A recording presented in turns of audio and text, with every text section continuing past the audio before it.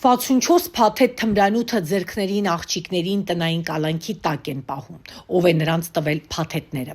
Դեկտեմբերի 8-ին ներքին գործերի նախարարությունը պաշտոնական հաղորդագրություն էր տարածել, որ համայնքային ոստիկանության Մալաթիայի բաժնի եւ ոստիկանության գվարդիայի ծառայողները համատեղ ձեռնարկած միջոցառումների արդյունքում դեկտեմբերի 6-ին գիշերը ժամը 3:00-ի սահմաններում հարավարմտյան B2 թաղամասի շենքերից մեկի մոտ հայտնաբերել թմրամիջոց իրացնելու կասկածանքով ձերբակալել եւ բաժին են տեղափոխել Երևանի բնակիչ 17-ամյա երկու աղջիկների։ Անձնական խուզարկությամբ նրանց մոտ հայտնաբերվել է 64 փաթեթ, ընդհանուր 61.19 գրամ քաշով։ Պարզվել է, որ աղջիկները 16 փաթեթն արդեն տեղադրել էին Շենգավիթ եւ Մալաթիա Սեբաստիա վարչական շրջաններում։ Կազմած փաստաթղթերը եւ ձերբակալվածները ներկայացվել էին նախաքննական մարմին։ Հանրուրատվականը դիմեց քննչական կոմիտեի հասկանալու համար, ինչ քրեական վարույթ է նախաձեռնվել, ինչ մեղադրանք է առաջադրվել անչափահաս աղջիկներին, ինչ խափանմամիջոց է կիրառվել նրանց մոտ, գործով այլ ձերբակալվածներ կամ կալանավորվածներ կան թե ոչ, եւ առհասարակ իրավապահ մարմինները պարզել են արդյոք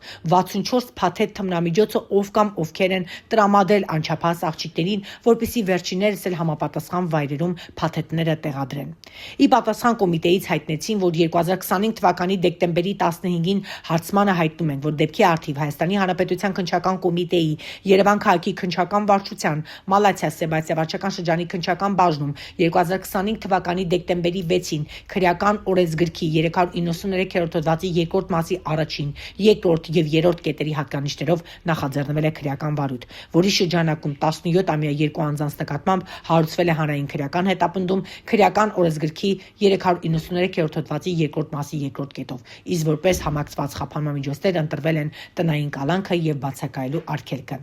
Նախաքննության տվյալ փուլում կատարվում են անհրաժեշտ քննչական եւ վարույթային գործողություններ։ Փաստ է մեկ բան. թմրանյութ տեղադրողները անչափահաս աղջիկներ են, որոնք այս պահին գտնվում են տնային կալանքի տակ։ Իսկ ովքեր են նրանց տրամադրել 64 փաթեթը, ովքեր են պարագլուխները,